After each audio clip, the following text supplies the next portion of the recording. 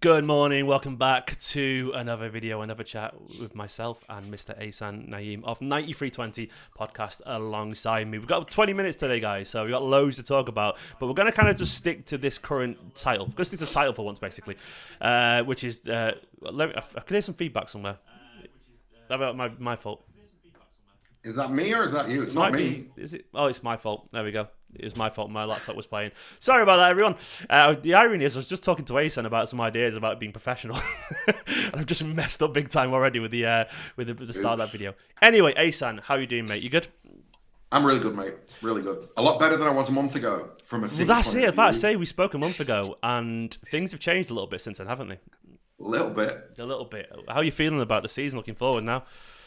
Yeah, I mean, I think that in terms of finding form or finding something approaching form, it's the perfect time for it, really. It really is, and it's Yeah. funny. Even though the results haven't been all perfect, we are unbeaten in a few games now. I think it's 6 games, something like that. We are seeing a system that seems to create chances with the potential for being solid. It does feel like the temperature around Man City has changed, and I still think we've got room to improve as well. Like, I don't think this is the final form of this version, No. but I do think this version is going to last into next season as well. So we're going to look ahead because I want to talk to you about the way things seem to be shaping up. Now, basically, at the moment, there's been loads of links to loads of players. Midfielders, basically. And they all seem to be varying different profiles. Declan Rice was the latest. We've had Kovačić linked as well. Bellingham, Barella, Maddison linked at one point. What's your take on all these rumours going around about midfield? McAllister. McAllister, another one from Brighton. Yeah, of course, it's probably someone Yeah. else I've missed, and someone let me know in the comments. How do you feel about all these rumours, and what do they indicate to you? I think there's going to be a midfield rebuild. That's basically what it indicates to me. And I think that maybe we're going to see a different profile of midfielder than maybe we have. Maybe people have a certain view of what they think Pep does and the types of midfielders that he likes. The cliche is Pep likes the little technical guys, right? Yeah. I'm not saying that all of these guys are not technical guys, but I think that inside the profile, inside, and it's quite a wide array of midfielders. They all have a certain athleticism, a certain physicality to their game, which I think is going to be important moving forward. We did a transfer podcast on Night 320 that'll be out later today, and I was saying on that I think that one of the things that I think Pep is conscious of is the competition in the league and how it's becoming more intense, and so you can have less projects in your team. There's less room to bring a guy who's a bit unproven, a bit young, and go, all right, I like his technical abilities. I'm gonna make him part of the 4 or part of the 5 that I use. I expect next season to have a minimum of 5 centre midfield players, and I expect them all to be of a similar pedigree experience. I can't envisage like either a young kid in that group of 5 nor somebody who's so far behind that you go, really obviously he's just a backup. Yeah. No, I think that they'll just be a collection of midfielders who can all do similar things at a really high level. Okay. And I think that's probably sensible. I do feel like over the past couple of years, we've often won a lot of stuff, sort of in spite of the squad depth. The squad depth hasn't been what it is since maybe the 18-19 season when where we had about 23, 24 senior players, and it feels like since then Guardiola has been Guardiola. He's been fixing problems that are not massive problems, admittedly. I'm not going to say pity us and all that, but there's been the odd gap here and there. I feel like Guardiola's been really good at fixing that. So you think we'll go back to having a whole bunch of midfielders? Now, who's going to stay around, basically? So Rodri, KDB is a guarantee, but that's sort of it, isn't it? They're the only 2 guarantees, really. I think I've come around to the idea that I think Calvin Phillips, whatever happens, gets another season. Okay. I just can't envisage a scenario where they go at the end of the season, oh no, we're done with him, we'll sell him. I think that unless something catastrophic happens between now and the end of the season, or he's done something that we don't know about, then I think that he'll stay. I think also it's just a little too much upheaval. I think you have to have a level of consistency inside the squad. And so I can totally see a situation where Phillips and Rodri stay, KDB stays, Gundo and Bernardo go, and we bring in 2, if not 3, to replace Gundo and Bernardo going. Okay.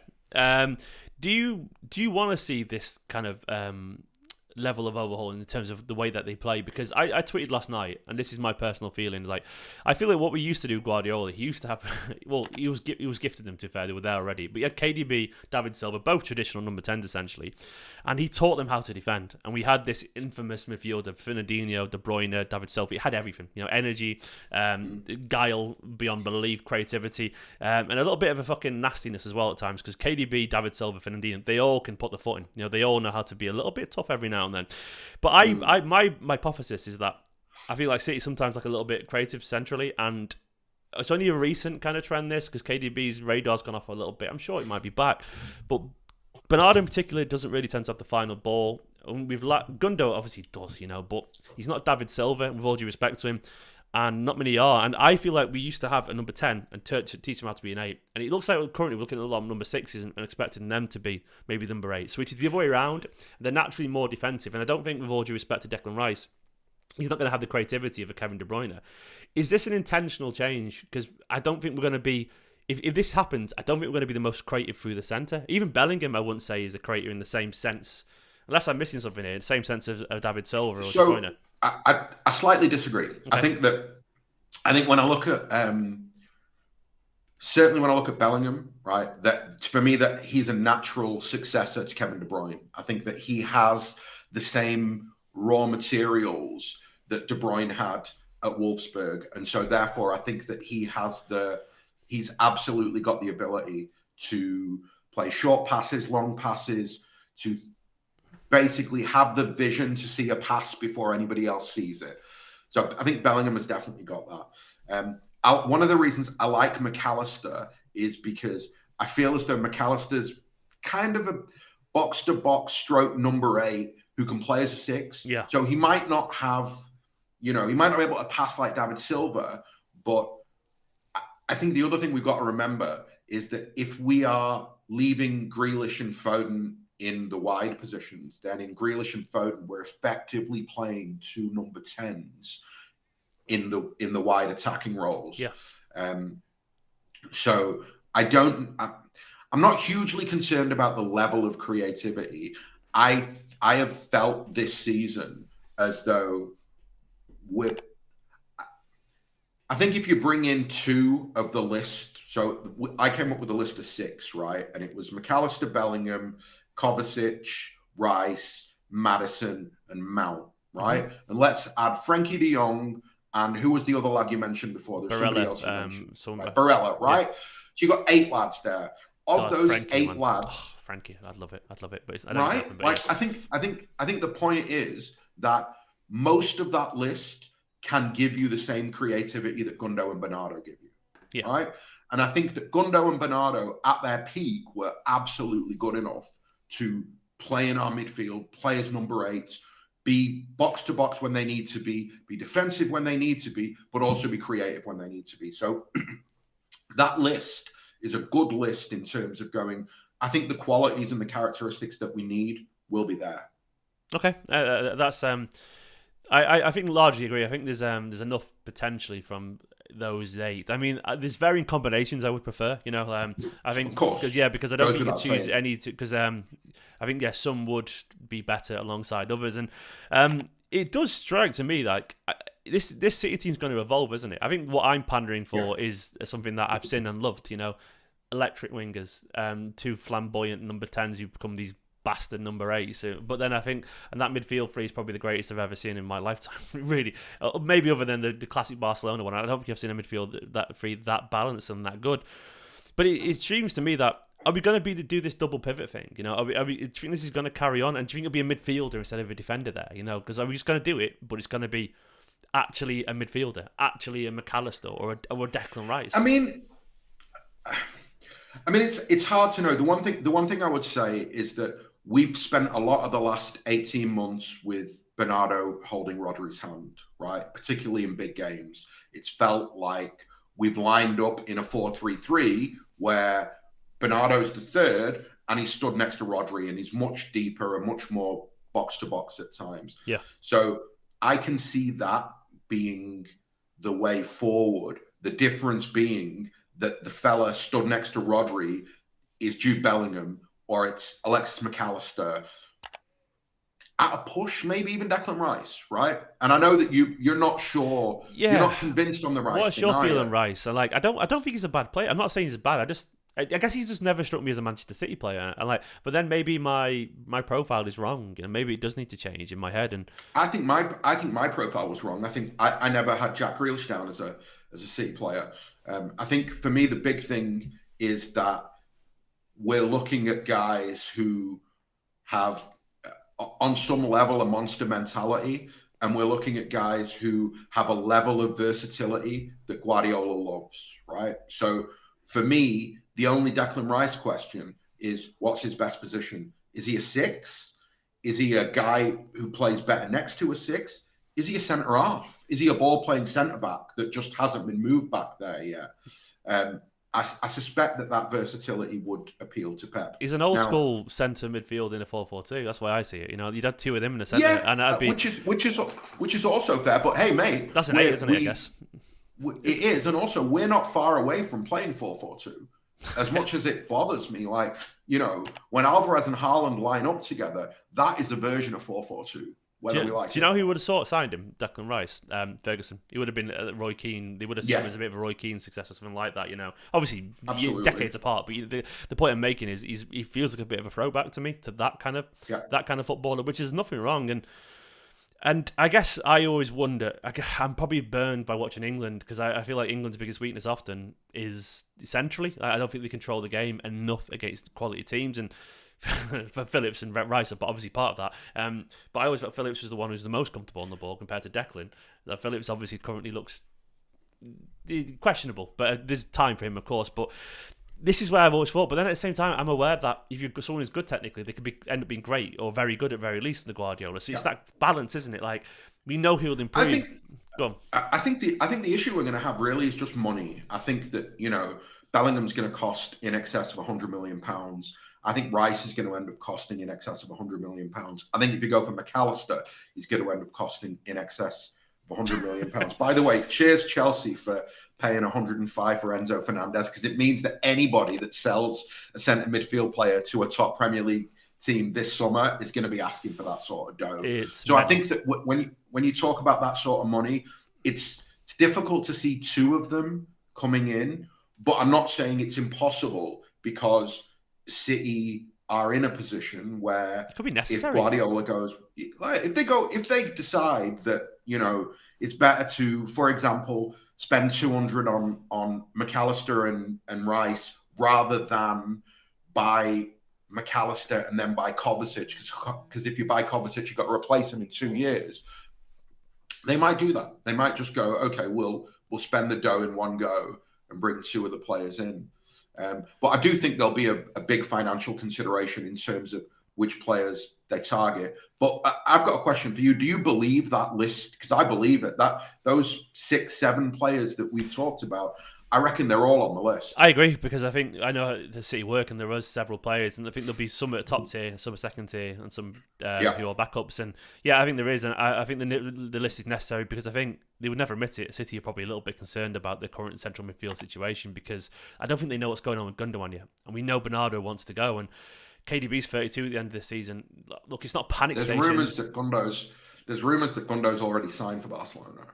well, there we go. So there's a lot of talk, if you want to call it that, that Gundo's already shook hands with Barcelona. In that instance, straight away, then, like, the Guardiola's smart. They'll know if they say yes. They'll feel the mood. You know, they'll sense it. And I don't see how we can do another year. Bernardo just saying, I can't see that ending up anything other than incredibly negative. I think his performances are declining. I think the bigger issue, regardless of his desire or lack of desire to stay, Bernardo's performances his head's are not in it. declining. He's just not in it, and like, and I think he's professional, but I think eventually he's made it really obvious, and he wants to be somewhere else, and so be it. And I think he's trying. I do think he's trying, but I think when if you at this elite level, as with any elite level, if you lose 1% of your focus, it's such a fucking drop off. And anyone who's a little bit hungrier will notice that. And even though he's been decent, he's not been terrible. He's not Bernardo of a year ago. Well, never mind Bernardo of 2 years ago. And like, look, to me, that's a concern. What we love Bernardo for is his tirelessness, right? The fact that he'll run forever and he can be everywhere on a football pitch, and the fact that he's press resistant, the fact that he can be surrounded by 2 or 3 men and he can find his way out, or find a pass out, or find the extra second to find the right pass. Here's one for you. Those two characteristics are not that difficult to find in players. You can find plenty of limited players who will run all day for you and are massively press resistant. So, do you think it's a coincidence, by the way, that his form, even though not perfect, has been better since the January transfer window closed? I don't think it is. I don't think it is at all, because I don't think it's intentional. But I think when he sat there in January, he's probably thinking, "Oh, I could potentially go here. There could be." Nah, you know what it was, mate. No, mate. You know why his form has improved? Because he's not got that idiot that we've sent to Bayern Munich pecking his head every day. I'm not playing. They're not playing me. I don't like it. Do you know what I mean? I love how he's Noel Gallagher. Cancelo didn't. Yeah, that's João Cancelo being Noel Gallagher. Yeah, I'm happy. Yeah. Cancelo did an interview last week saying Bernardo Silva was his best mate by some distance at City. Pretty obvious why Bernardo's form has improved since Cancelo's gone, and also pretty obvious how Bernardo, miraculously, having been really struggling to get in the team, as soon as Cancelo goes, right, he gets in the team, and he gets in the team in Cancelo's position. Guardiola's he's a clever man. He's a bitch, and I love it. Chess. Absolutely love it. He's literally 3D chess. That's a message, isn't it? I'll put it over past Guardiola to do that, just intentionally to send a message. Well, you know what I think? I wouldn't surprise me if he's had his eye on trying Bernardo at left back for ages, but he couldn't, because he was like, if I put him there, it's just the Cancelo thing is just going to get out of control. Yeah. And so they've had to move Cancelo before they can try Bernardo there. It's funny, isn't it? It is funny. Football is theatre at the end of the day. We forget about all this kind of stuff. By the way, big love to Nathan from the MCFC Discord, who with the super chat, who said, shout out to the 2 most handsome chaps on City Socials. Boom, didn't pay you for that. Cheers for the stream and top chat, Nathan from Discord. Love you, mate. Thank you very much. Check out the Man City Discord, of course. It's wonderful. I don't think it's a coincidence at all, personally. I think his form has improved since January for those reasons and for many other reasons. And I can't see him staying. I don't think it's a good idea either. I think it's diminishing returns eventually. You keep him, and I'm sure he'll try. He's a professional, and he's ultimately a nice guy. And I think swap him for Frankie de Jong. Everyone's happy. All day long. Everyone's happy, I'd love it. I mean, to me, he is the guy that I want. Like that lovely, gifted. Oh yeah, I love everything about Frankie de Jong's game. I think the calmness to his game it's just mesmeric. And he's Pep will buy him and play him at centre back though, and then we'll all cry. Fuck left back actually. Let's be honest. Oh god, Frankie de left back. That's almost certainly. And unfortunately, guys, we haven't got long in this video because we've both got lots to do. But Ahsan, a very quick one. Like we've done midfielders. Are we going to sign a left back this summer, do you reckon? Do you think and a winger potentially? Yeah. I think that we'll have the most expensive summer we've had since the summer of 2017. Yeah. And I think that we'll buy probably 4 players. Yeah. And I think it'll be 2 in centre mid. We'll buy a winger and we'll buy a left back. And then I think a lot will depend on if Laporte goes, Gvardiol will come. I think that there's almost 4 that you go, well, that's locked, yeah? Because we saw, just with Foden injured, you've got no wing options. You've just got Mahrez and Grealish, so you need another winger. Left back is obviously a black hole of nonsense that needs to be filled. And then Gundo goes on a free and Bernardo. So you've got those 4 immediate pressing concerns. And then layer on top of that, if you can get a really good fee for Laporte and he really wants to leave, then you can go and do Gvardiol or something like that.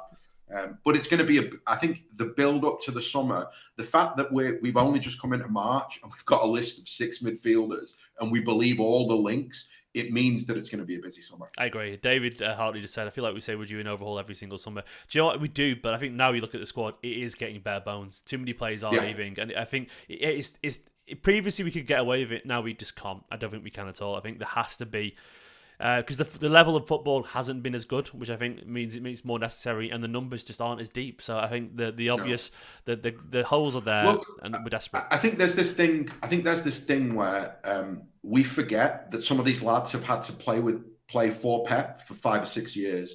And with the best will in the world, I'm okay with lads after 5 years going, you know what, Pep, I don't want to do this anymore. Like, I'm knackered. Like, my legs are, I'm 28. I feel like I'm 35 because I've been running 48 kilometers every game for you. I need to go to an easy league and put my feet up for a couple of years before my legs fall off.